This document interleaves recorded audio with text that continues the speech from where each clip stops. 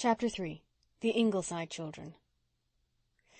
In daytime the Blythe children liked very well to play in the rich, soft greens and glooms of the big maple grove between Ingleside and Glen St. Mary Pond.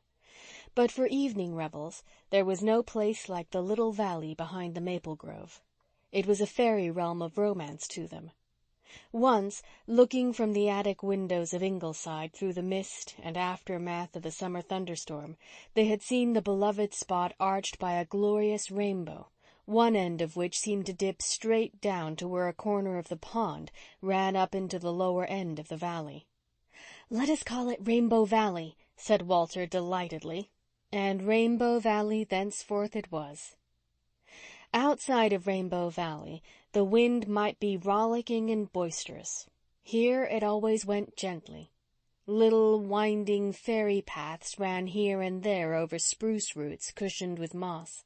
Wild cherry trees, that in blossom time would be misty white, were scattered all over the valley, mingling with the dark spruces. A little brook with amber waters ran through it from the Glen village. The houses of the village were comfortably far away. Only at the upper end of the valley was a little tumble-down, deserted cottage, referred to as the Old Bailey House.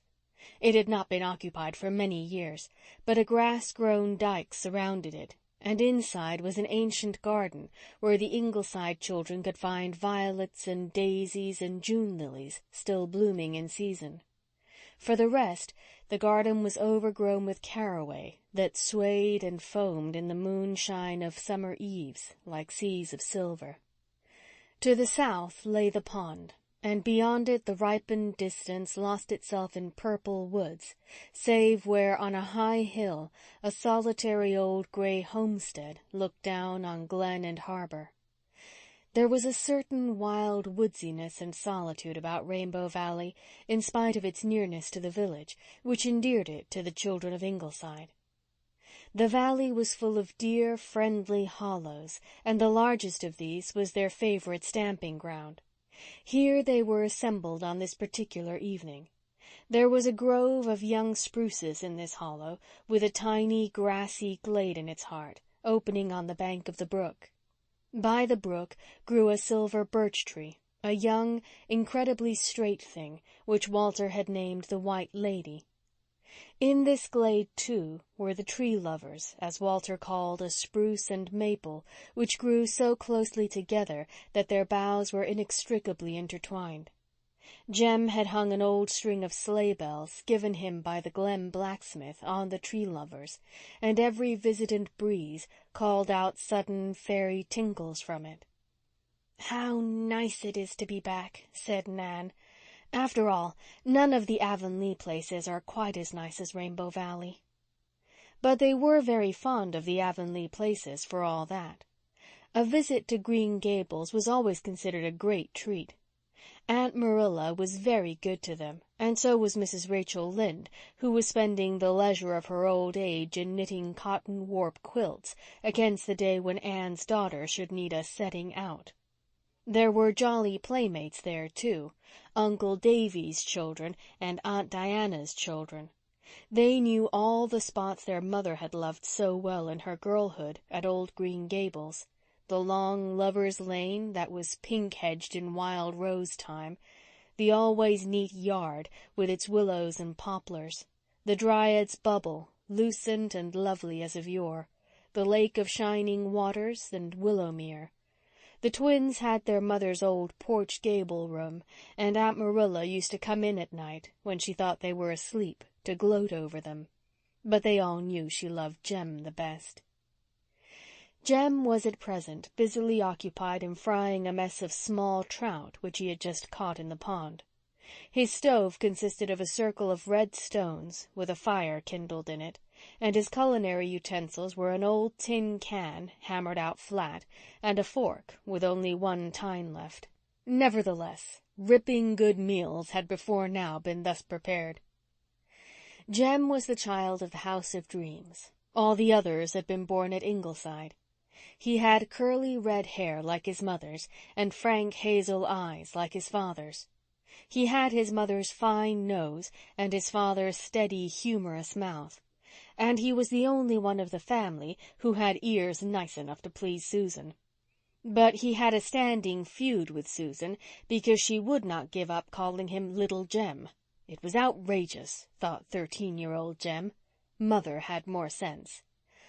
"I'm not little any more, Mother," he had cried indignantly on his 8th birthday. "I'm awful big."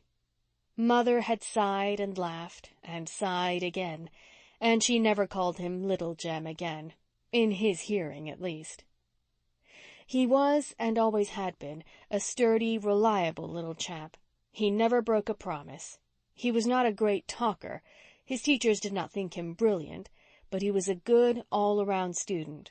He never took things on faith. He always liked to investigate the truth of a statement for himself. Once Susan had told him that if he touched his tongue to a frosty latch, all the skin would tear off it. Jem had promptly done it just to see if it was so. He found it was so, at the cost of a very sore tongue for several days. But Jem did not grudge suffering in the interests of science. By constant experiment and observation he learned a great deal, and his brothers and sisters thought his extensive knowledge of their little world quite wonderful.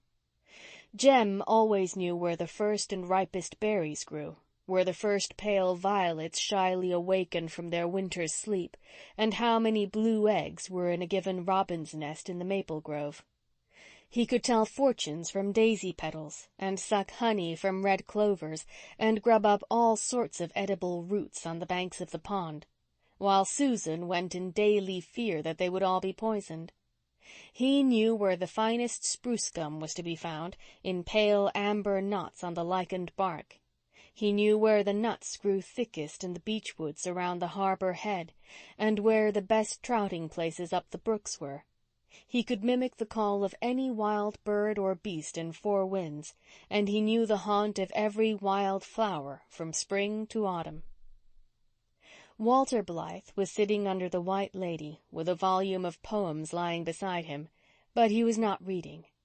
He was gazing now at the emerald-misted willows by the pond, and now at a flock of clouds, like little silver sheep herded by the wind, that were drifting over Rainbow Valley, with rapture in his wide, splendid eyes. Walter's eyes were very wonderful. All the joy and sorrow and laughter and loyalty and aspiration of many generations lying under the sod looked out of their dark gray depths. Walter was a hop out of kin as far as looks went. He did not resemble any known relative. He was quite the handsomest of the Ingleside children, with straight black hair and finely modelled features. But he had all his mother's vivid imagination and passionate love of beauty. Frost of winter, invitation of spring, dream of summer, and glamour of autumn all meant much to Walter. In school, where Jem was a chieftain, Walter was not thought highly of. He was supposed to be girly and milksoppish because he never fought and seldom joined in the school sports, preferring to herd by himself in out-of-the-way corners and read books, especially poetry books.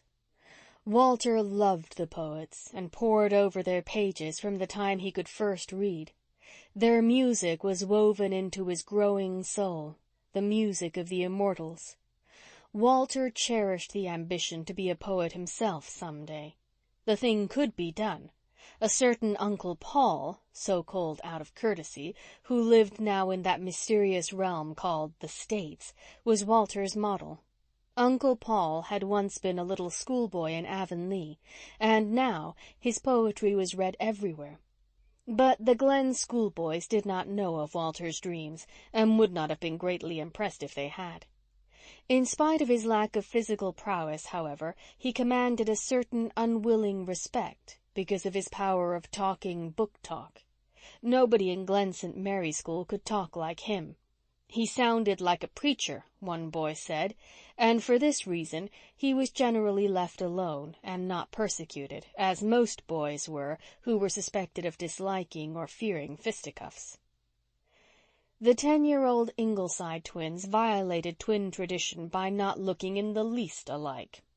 Anne, who was always called Nan, was very pretty, with velvety nut-brown eyes and silky nut-brown hair. She was a very blithe and dainty little maiden, blithe by name and blithe by nature, one of her teachers had said. Her complexion was quite faultless, much to her mother's satisfaction. "I am so glad to have one daughter who can wear pink," Mrs. Blythe was wont to say jubilantly. Diana Blythe, known as Di, was very like her mother, with gray-green eyes that always shone with a peculiar luster and brilliancy in the dusk, and red hair. Perhaps this was why she was her father's favorite. She and Walter were especial chums. Di was the only one to whom he would ever read the verses he wrote himself, the only one who knew that he was secretly hard at work on an epic, strikingly resembling Marmion in some things, if not in others. She kept all his secrets, even from Nan, and told him all hers. "Won't you soon have those fish ready, Jem?" said Nan, sniffing with her dainty nose. "The smell makes me awfully hungry." "They're nearly ready," said Jem, giving one a dexterous turn. "Get out the bread and the plates, girls. Walter, wake up." "How the air shines tonight," said Walter dreamily. Not that he despised fried trout either, by any means, but with Walter food for the soul always took first place. "The flower angel has been walking over the world today, calling to the flowers. I can see his blue wings on that hill by the woods." "Any angel's wings I ever saw were white," said Nan. "The flower angels aren't. They're a pale, misty blue, just like the haze in the valley. Oh, how I wish I could fly. It must be glorious." "One does fly in dreams sometimes," said Di. "I never dream that I'm flying exactly," said Walter. "But I often dream that I just rise up from the ground and float over the fences and the trees. It's delightful, and I always think, this isn't a dream, like it's always been before. This is real. And then I wake up after all, and it's heartbreaking." "Hurry up, Nan," ordered Jem. Nan had produced the banquet board, a board literally as well as figuratively, from which many a feast, seasoned as no viands were elsewhere, had been eaten in Rainbow Valley. It was converted into a table by propping it on two large mossy stones.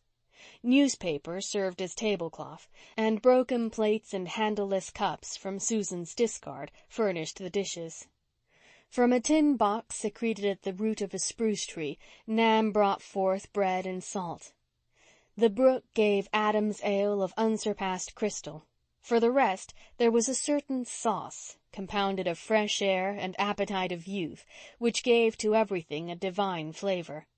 To sit in Rainbow Valley, steeped in a twilight half gold, half amethyst, rife with the odors of balsam fir and woodsy growing things in their springtime prime, with the pale stars of wild strawberry blossoms all around you, and with the sough of the wind and tinkle of bells in the shaking treetops, and eat fried trout and dry bread, was something which the mighty of earth might have envied them. "Sit in," invited Nan, as Jem placed his sizzling tin platter of trout on the table. "It's your turn to say grace, Jem." "I've done my part frying the trout," protested Jem, who hated saying grace. "Let Walter say it. He likes saying grace.